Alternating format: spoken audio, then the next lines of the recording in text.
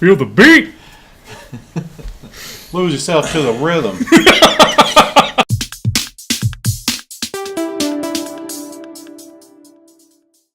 What's going on, guys, and welcome to another episode of Tasty Tuesday on Tasty Loot Gaming, the show where we talk about gaming news. My name's Seth. I'm Josh. I'm Chevy. And I'm Chris. And a quick reminder, make sure to play Fury and Saints Row Get Out of Hell. They are currently free on PlayStation Plus. Come back at the end of the month for Plus Club. We will play them ourselves, and we hope to hear what you have to say about them, hear what we have to say about them, and yeah. But we have 4 topics to go over today, so let's get into it. For our first bit of news, Nintendo is releasing a miniature NES for $60. This comes with 30 games, and they say that it will not be able to connect to the internet, but also games will not be added to it. What do you guys think about, essentially, there's so many emulators out there already, and like little boxes you can buy for Sega, like at like a dollar store or whatever. What do you guys think about an official licensed Nintendo product coming out for $60, which in my brain, $2 per game, it seems like. So it seems kind of fair. At first, I remember you and me talked about it, Josh, and you're like, $6 is steep. I was like, $2 a game? That makes sense. What do you guys think about official licensed product like this coming out, and what do you think you would pick it up? I think it's too little too late at this point in time. You're right. There's just so many other emulators, so many other things that you can play old NES games on that it's not, to me, to me it just doesn't seem like, it's definitely not a buy for me. I won't care. I hate that it's $60 still. Because I bought... So that's one game. Yeah. Yeah, but I got the fucking Sega Genesis one that had like 30 games on it. Not official. They were official. It was Echo the Dolphin. It was Echo the Dolphin 2. It was Sonic. Sonic 1, 2, and 3. I don't think Sega licensed to that, though. Those exist without Sega. Well, that's because I think the rights went away. The fucking something to do with copyright laws. They're allowed to make those things now. Because there's a bunch of different like weird companies make these weird plastic boxes with the Sega-like controller. Yeah, and then it could also play like the Sega cartridges and shit. Right. And that was $20. Yeah. So I mean, I can't justify fucking buying it. Oh, it's an official Nintendo product. Yeah. Who gives a shit? That's fair. So you're not interested at all? No. Okay. Chris? I'm interested in it. Yeah. Only because I really like those old games. But I kind of agree with Josh that it's a little late. I have Super Mario Bros. 3 on my DS. I have original Super Mario Bros. On my DS. Like, you can get all those games. I mean, yeah, they're like $5, $6, depending on the game itself. But, I mean, nostalgia alone is pretty much what they're going for. Definitely. And it comes, if I saw the box right, it comes with the old controllers that connect to it. So you get the little square NES controllers that are like, Which is cool. I was hoping now, that they would be. Right. Yeah. I saw the little box and it looked like Fucking awful for your hands. Have you held one of those recently? But they're going for the nostalgia thing. I don't care. That thing sucks. It's funny because when I've held one, I mean, when you look at it, you're like, bad controller design. But they're going from fucking Atari before that. Square base, fucking little analog stick with a button on top or whatever. So it made sense. But there is a weird nostalgia factor for me when I hold one. Because they still feel good. Like, those things fucking last, man. They're well made. Well, yeah, but it only had, 1, 2, 3, 4, 5, 6, 8 buttons. So, I mean, like... I'm sorry it doesn't have 2 analogs and a fucking touchpad. Well, no. But I mean, that's why they lasted so long. It was a hunk of plastic with 8 buttons on it, and 4 of those were the D-pad. So, I mean, it was, and they were just built like brick shit houses back Let then. it be known, Josh hates Nintendo. I'm just annoyed with this. This is fucking dumb. Chevy, opinion. I'm not personally interested.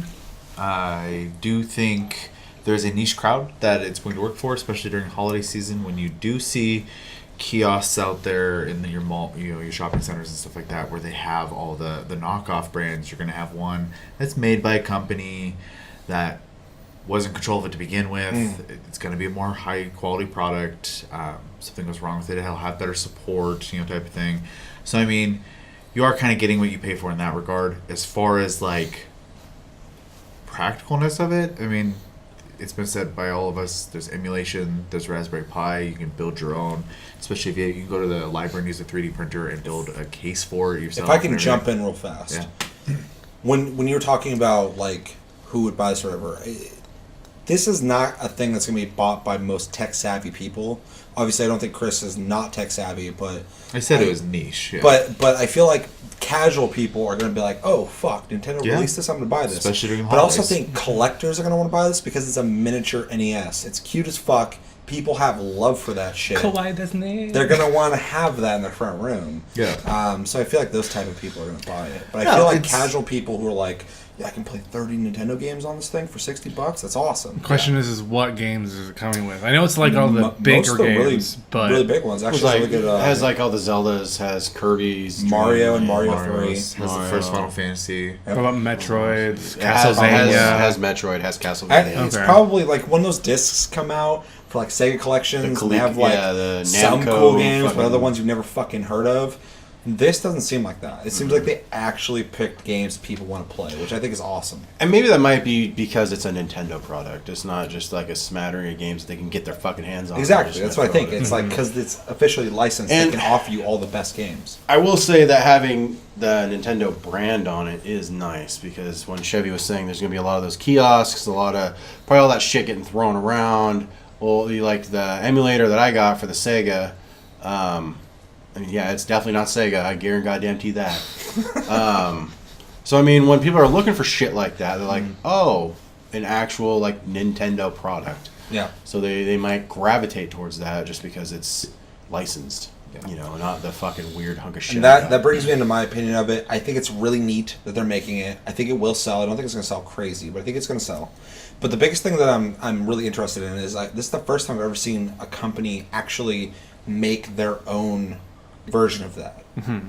It's really neat that Nintendo is creating a product that's not the Wii U or the NX and Nintendo games. They're making like this side thing. I think it's interesting. If anything could have sold it to me, it's that it's officially made by them. I want to see what the quality's like. I want to feel if the controllers feel the same, stuff like that. And I hope they do. But also, like you two, for me, I'm not interested in it, but I don't devalue it. Yeah. I respect it. I think it's cool. But for me personally, I don't think I'm gonna. I don't want to spend $60 on it. I know I'm not gonna play $60 worth of content off of it. Sounds fucked up, but that's just how it is for me. Yeah. That's actually that kind of my last point is that nostalgia to me is a funny thing because I remember playing those games. I remember fucking having really good times. I remember it being fucking awesome and the games being really good. But you know what? If I played them, I'd play for 5 minutes and I'd be done. Oh, that was nice. I remember this. Yeah, and like it's not like Super Mario 64, which I can beat like once a year. It's just oh okay, yeah, I played this like 20 years ago. Mm-hmm. It still kind of holds up, I guess. But that's it. Like I don't ever see myself going all the way through Final Fantasy 1. I don't see myself going through. I've tried a couple times. Yeah, I don't see myself going through Mario 3 again. Even that's I love that. quintessentially one of my favorite NES games was Mario 3, and fucking Mario 3's great. Yeah, but I don't see myself playing it all the way through again. Yeah. Unless I was doing it with someone else, like having a fucking like bro time or something like that. But other than that, Mario Bro time. Mario bro, Braz. So to cut this short, not interested. Mhm. Interested. Chevy, not interested at all either. I think it's a neat idea. I hope people buy it. It's cool. I'd like to see this more from other companies. But for me personally, not into Just it. no duck hunt. Yeah, Use your phone as light gun. it'd be kind of cool. Bust out that Super Scope 6. All right, for a second bit of news, shall we bring it in? So, competitive mode in Overwatch is getting an adjustment. For balance reasons, you can no longer, after they implement this, play two of the same character. You will get to pick one, and that's it. It seems like they're taking a tip essentially from MOBAs, except for I do believe you'll be able to switch still mid-game, unlike when they did the Brawl mode, where it was literally the MOBA mentality. What do you guys think about not being able to essentially, in a weird way to word this, rig the deck anymore? I'm going to jump in real fast. This reminds me of America's Army, if anyone's played that. It's a game where you're allotted certain classes for your team, and only one person can be that class. It was like sniper. One sniper per grenadier. team, one grenadier, like 2 riflemen, a medic, stuff like that. And one thing I love about that is it for a game like Overwatch that is about cooperative tactics, it ups that again to the point where you have to strategically pick characters and worry more about your balance of team, more so than how abundant you can have the best characters. I think this is really good, especially if it's only for competitive mode. I think it's fair. I think it's great. I think it's a really good addition, and I think it's good. It already, it just augments the competitive mode. I mean, I don't think it takes away really anything. One of the examples that I saw was 1 Lucio and 5 divas, and they were able to get to the objective pretty much before the other team could even counter. And fucking with 1 diva kind of sucks, but fucking with 5, just fucking spraying shit all over the place, I couldn't deal with that. Plus Lucio healing him the whole fucking time.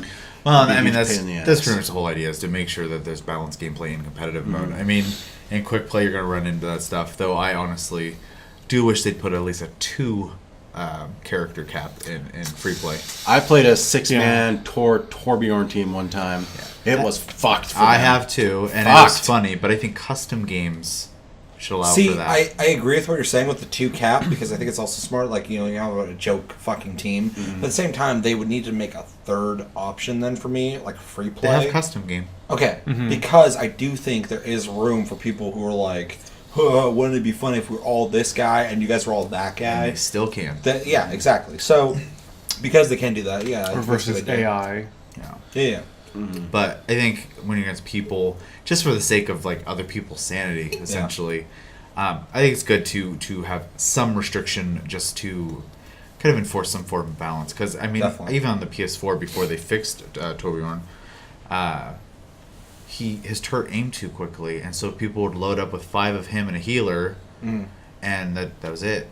They'd win. So. Well, obviously McCree has been nerfed, but I remember playing a match before that happened where there's 3 McCrees, and all 3 of those dudes were on their shit. And with one of them, you just got to deal with McCree, get rid of him. When there's 3 of them, though, it was a little fucking overwhelming. So, regardless of X character, whoever that is, it does allow for people to exploit the best character in the game. Bastion. If you had a whole team of fucking Bastions. I actually just went through one of that. Their whole team was fucking Bastion. Yeah. And our team actually had to switch all to Genji to fucking be able to reflect all Deflect. that shit. Exactly. And so there is room for that in like a custom game or whatever, but like if you're doing like official fucking competitive mode or whatever, Ranked mode, it is good because then you have whoever's the best at Genji playing Genji. You talk about it. You have the best person playing Bastion. You have the best person playing Tracer. Yeah. You strategize, especially for competitive teams who work together. Everybody has their strengths and weaknesses, and I think it's a good thing. Chris, opinion? I think it's good for competitive mode. It keeps games balanced. It forces people to learn new characters instead of just picking the same character over and over again. Which is something I found myself falling into, playing the same character over and over again. Yeah. I do a pretty good job bouncing around.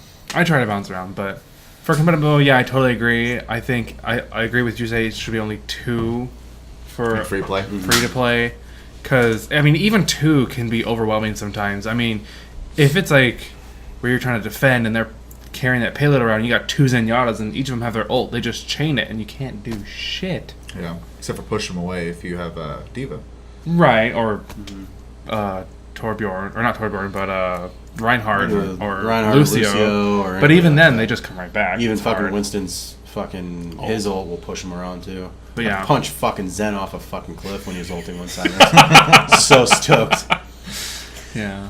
So overall, I feel like we're all kind of on the same page on this. We all think it's a good thing. Yeah. But there's still obviously room for like the more joke matches. Well, we're still in the first year of the game, so there's a lot of changes around. Barely. Yeah. Like, Well, that's what I'm saying. It's like 3 months or something like that. Look we're at in the months. well, I was just a baby referring learning to to it in the crawl. regards of like even like look at Diablo 3's first year. Like it's Oh, not God. the same They fucking learned a game lot from that. anymore. So Because Overwatch was a really good launch. yeah. Yeah. Oh, and plus, for those of you who don't know, Ana is releasing soon. That's the new support sniper. Who's also accessible in the Public PTR. test. They're in the PTR, public public test test. Yeah. realm. So if you want to check her out, do that. We've kind of checked her out a little bit. I watched every player a little bit. She's an interesting one. Okay. For our third bit of news, No Man's Sky, the much hyped game that recently went gold, coming out really soon. It's fucking crazy. It's apparently only 6 gigs, and has how much planets? 18 quintillion. So that is not a million. That's not a billion. That's not a trillion. It's not quadrillion. That's not a quadrillion. That's Quintillion. 5. Yeah. That's fucking an insane amount of fucking places to go. On 6 gigabytes. What do you guys think about the technology going into that? Do you think it's mostly server based? It's got to be cloud based. Yeah, has to be cloud-based. cloud-based. Has to be streaming to your fucking. which means through you the can't play it internet. offline. Yeah, which means Yeah. you can't play it offline. And what do you think about the massive amount of fucking planets that they've confirmed? I think it's. They say it's multiplayer, but that's a single player game to me, man. Like, there's fucking. They confirmed that too. They don't want to mislead anybody. They literally came out and said, "You probably won't see your friends." Yeah, let alone anybody. Yeah, because they really wanted to make it a fucking I'm event so when you see mixed someone on else. that, man. That, Yeah. well, and that's a whole other topic Yeah. that we should talk about on the Taste Cast. But yeah, that's an insane amount. That's unprecedented. There's nothing that exists in gaming or in life that has that much And options. especially and when you variety. don't even have to fucking load in between, like fucking. Well, that screams to me that the 6 gigabytes is audio, like you said, but also whatever algorithm they need to connect to those servers and let Yeah. you experience the game. Yeah. That disc is a gateway, pretty much, with some Yeah. with some sound bites on it. Yeah, I won't be buying that physically. No point. Yeah. Why is that? Because it's online. For anyone game. watching. I don't buy games that are online only physically because there's no point unless Yeah. I want the box art, which I usually don't. Unless I don't feel like I'm going to be invested in it for too long. I don't like to trade in games, but every once in a while I'll buy a game that I'm not too sure about, and then I'm like, I need to buy this physically because I don't want it. Oh baby, I'm a wheel and deal fucking master when it comes. to I know fucking you are. trading You games. rent at the highest price. Yeah, I rent games mostly. I don't. You even rent games for fucking- $60. Yeah, I mean, I'm For 2 surprised I've weeks. had fucking Dark Souls 3 for this long, but I actually fully plan to go through it again and hopefully do that DLC is really good. Yeah. I Back don't. on topic though, Chris, what do you think? I'm just kind of baffled at how small Yeah. the disc is for how many planets are supposed to be. It blows my fucking mind. I do worry about Just loading big enough times. to put it on a Blu-ray. I do worry about loading times though. Yeah. With that many planets, and I mean, it's a whole planet that the game has to generate. That's a lot of like cloud loading. If you have shitty internet, you're gonna be there for 18 a while. quintillion planets. Yeah. I mean, you're not gonna get. It's not gonna load all of them at No, once. of course but not. No. They imagine you're gonna have a load. at the beginning. Gothic 3 and Arma 2 learned a lot of lessons about loading things that don't need to be loaded right now. Gothic 3 was fucking awful. Yeah, the game lagged for everybody because they were loading things that are happening miles away. Yeah. And like Arma 2, there's a butterfly 5 miles away from you with its shadow being projected on grass. Yeah. There's no reason for that. So, but yeah, I'm just. It's interesting how small the disc is, but I just, like I said, I worry because for people who don't have as good internet, because I mean, as much as we like to think that people have good internet, a lot of people don't.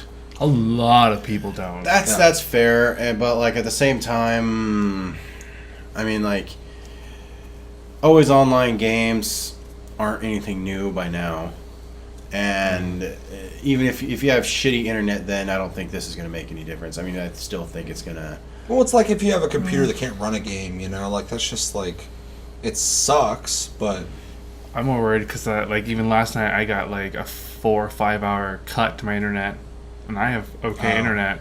I was trying to play games, it just cut right out. I was like the fucking other day. I was trying to play Overwatch with you. Yeah. And fucking man, Comcast fucking gave me the snip for like an hour. I was pissed. not today, Josh. You're not playing this. So I always tend to shy away from like complete online games just because of that reason. Yeah, except for MMOs. I say you are a liar.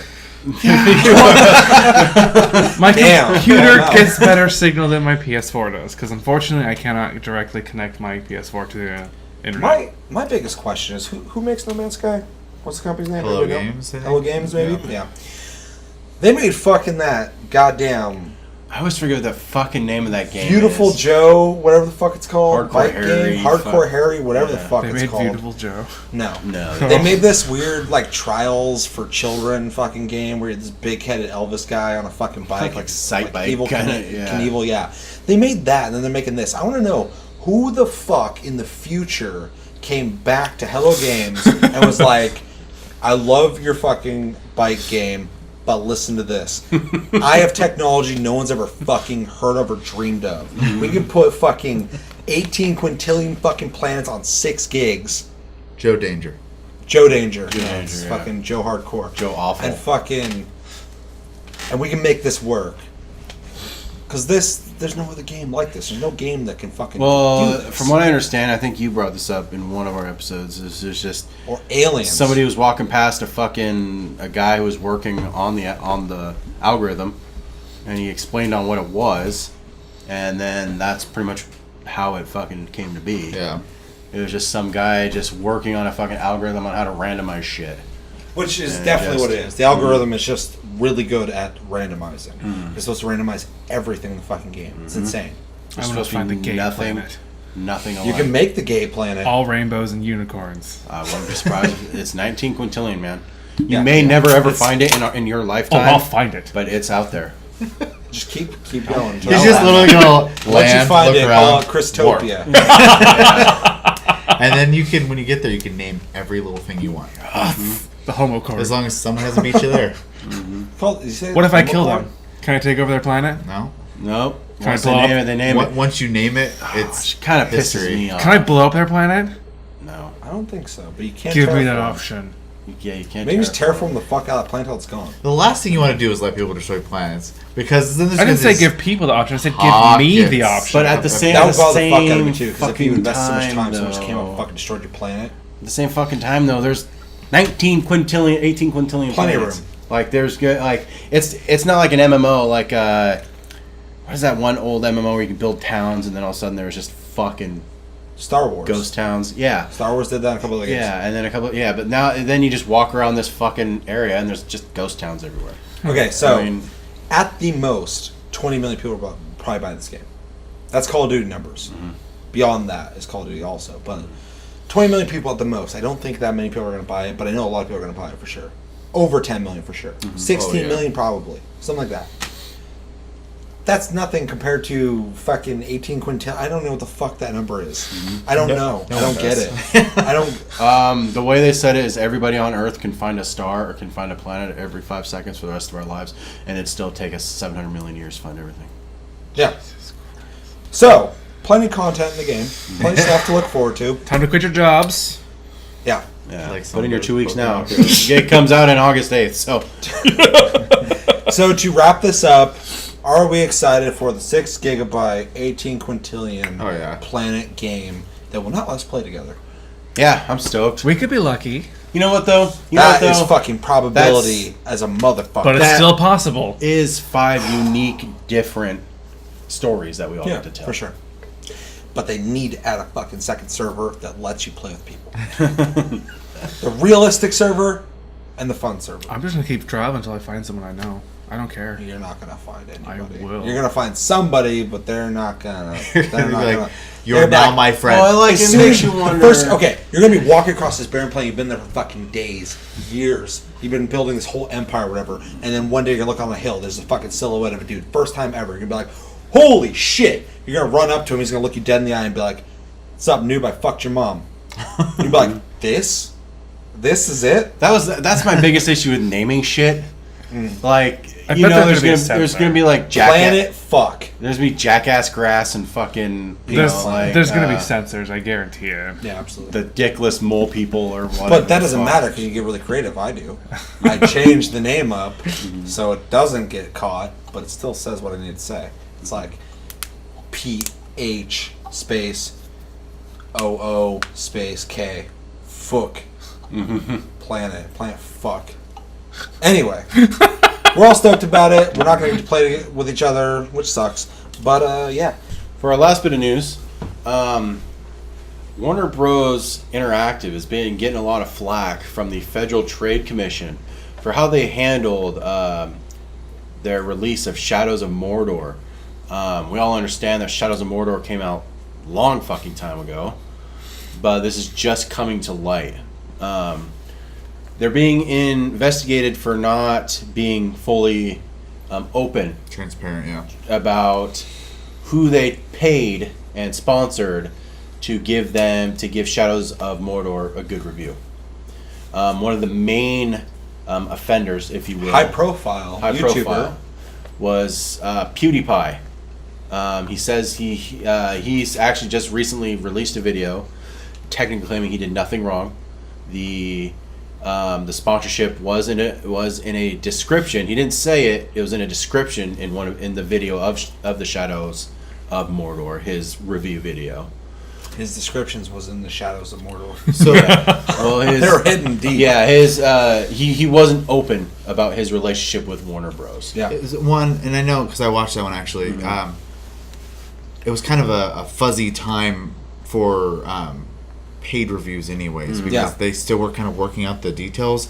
But it technically was listed that it was a sponsored video. He should say it. He did have in the description for sure, but he did not say it. Yeah, the Federal Trade Commission, though, Has changed that. says that it was too far down in the description. Because when you get descriptions, it says, read more. Yeah. It was below that read more. We also do descriptions. Make sure to like and subscribe. Tastefully Gaming. It wasn't, as they put it, it was there, but the criteria wasn't met. Which put PewDiePie into hot water because he technically, he was helping a company pretty much make fraudulent claims about their game, and that's what the Federal Trade Commission is trying to avoid. So 2 things I want to bring up with this is, first off, I feel like I was going to ask a question, but I feel like we're going to be all on the same page on this, which is, what do you think about paid for reviews? Obviously, it helps the sales, but at the same time, it seems disingenuous. Do you guys, can you think of an example where you think that is okay? I would actually say, as long as the transparency there, it's always okay. Because they are telling you straight up, I receive money from these guys.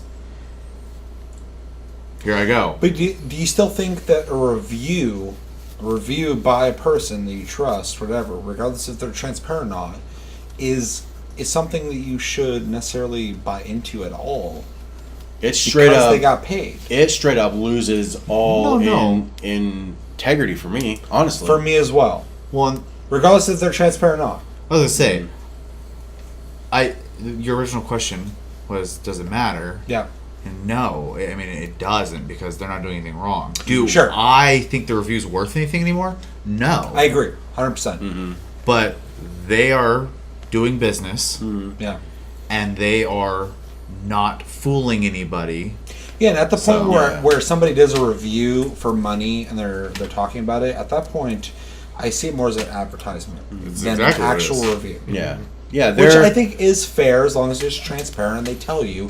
But at the same time, it is no longer a review to me at all. Yeah, that YouTuber or whoever the hell they pay, to me, it's just getting their nut. It's not, but you're right. Any sort of anything they say about the game, I don't believe anymore because... And it also kind of is a hard hit towards their integrity for me, personally. It's hard for me to want to trust them when they're so willing to accept money Sell out. tell you. Well, it's hard for me to talk about selling out, but it's hard for me to take someone serious when they're so willing to take money from somebody to tell you that their game is good, because it's disingenuous, it's dishonest, and at that point, my trust is in the gray area because of that. Okay, now I want to kind of bring up a question. Does it also tarnish your relationship with the developer that did it?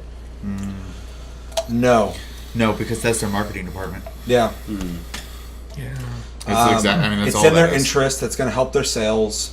I don't think the developers of the game did that. I think it's like you said, it's the marketing. I think it's good for business, and I get that It's aspect. like getting mad at the lawyers for getting sue happy. The developers don't make that decision. Their lawyers are The doing lawyers it. do it out of legality. Yeah. They have to protect their asset.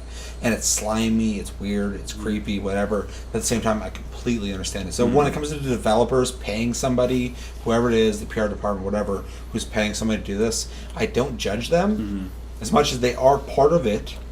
I don't judge them because, like Chevy said, I mean they're trying to sell something. Does but it change your just a tip opinion on the game itself?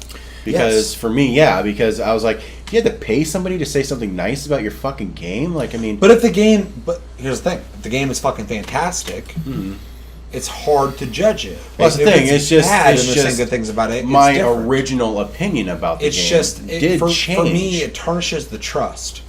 So,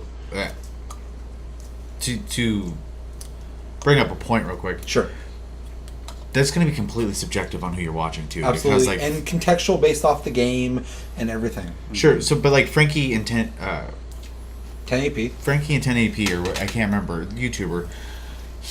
When he does sponsored videos, at the very beginning he says, "This video was paid for by blah blah blah." Frankie's awesome He though. also isn't doing a review video. He just plays it. And he kind of talks about the features in the game as he's So playing. the trust aspect is not an issue because he explains. He says in the beginning, "This is not a review. Yeah, This is a sponsored video. preview. This is a fucking. This is a showing of a product that I'm being paid for." And he does that. That is Yeah. fine. That's fine because it has to happen. Chris, It's kind of a gray area only Absolutely. because you watch commercials all the time and you get celebrities and stuff endorsing things constantly in commercials, and you know it's a commercial. But I think that this avenue with YouTubers is kind of a new area, so it's a little more, people are more naive about it. sure. And you have to realize that these bigger YouTubers are getting paid by companies all the time. All the time. All the time. You might not see it, and they might have to be transparent about it, but It's happening. it's happening, and it's They're- basically commercials online. They're celebrities just in a different arena. Yeah, yeah. I mean, different. And that started demographic. happening because of things like ad block, for example. They have to find other ways to sell you products at this point because a lot of people are blocking ads. To simplify this, I feel like I'm not opposed to being advertised to as long as it's transparent. When the aspect of the trust comes in is when it is being portrayed as a review. A review is something where somebody's their own personal opinion of something comes into play, but when financial aspects come into their review, they can't say the game's bad. yeah. They can't be critical of the game. And I'm a big fan of critical thinking. I think games can have good aspects and bad aspects, but when you're being paid, you cannot criticize the game. Yeah, I cannot. People yeah, No. He couldn't straight up say And it's Shadows just- of Mordor fucking sucks. Or like, you And it know, doesn't. The Right, it doesn't. It was the actually a fun boss game. I liked aspect it. is a cool feature, but the game does not have a whole lot of story to really drive you through it. They can't say that. And I understand where they're coming from, but at the same time, it's hard for me personally towards the person who's doing the review who got paid for it. It takes my trust from their opinion away. I don't trust reviews from individual people anyways. Like, if one person reviews a game and they give it a great rating, I'm not going to just go off that because I know Sure. my tastes are kind of weird. And I think it's kind of naive of people to just follow one person's review. If you're going to look up Absolutely. something, do multiple searches. And that's actually a good point because now you're starting to see on websites review roundups Yeah. where it's like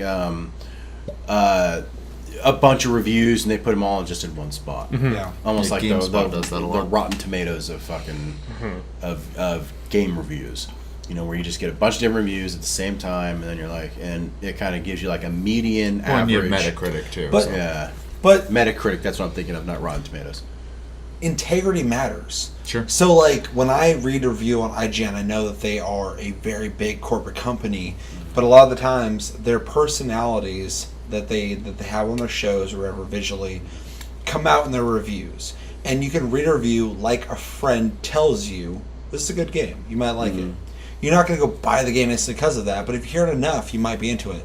But when you start when you start having that deteriorated to, like, for instance, if Kotaku does a fucking review on a game, I don't give a fuck because their integrity is gone for so many reasons. Same thing with PewDiePie fucking doing PewDiePie, whatever the fuck's name is, doing reviews. The more he does this, where he's doing reviews based off of financial gain, his integrity diminishes and he becomes less and less of a trusted source. So it's not reviews change whether I buy a game or not.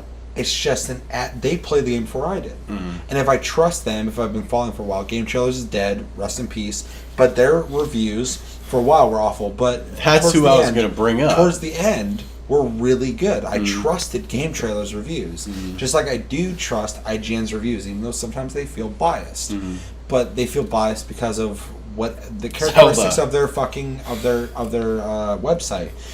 But when somebody is doing something like this, PewDiePie, fucking, how often does this happen? We don't know. Mm-hmm. And how transparent is he being? It's bringing up a lot of questions to the point where I never trusted him anyway. Mm-hmm. But I never will trust that guy.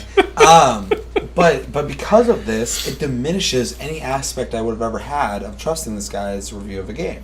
He will never be a selling point for a game, ever, for me. Mm-hmm. And especially because of this. I just don't trust big YouTubers in general when it comes to reviews. Oh, me neither. I mean, nothing against bigger YouTubers. I love watching YouTube. Well, it's an entertainment medium. And that's right. something to look at it. Right. It's an entertainment medium. Yeah, I love watching them. I love watching them.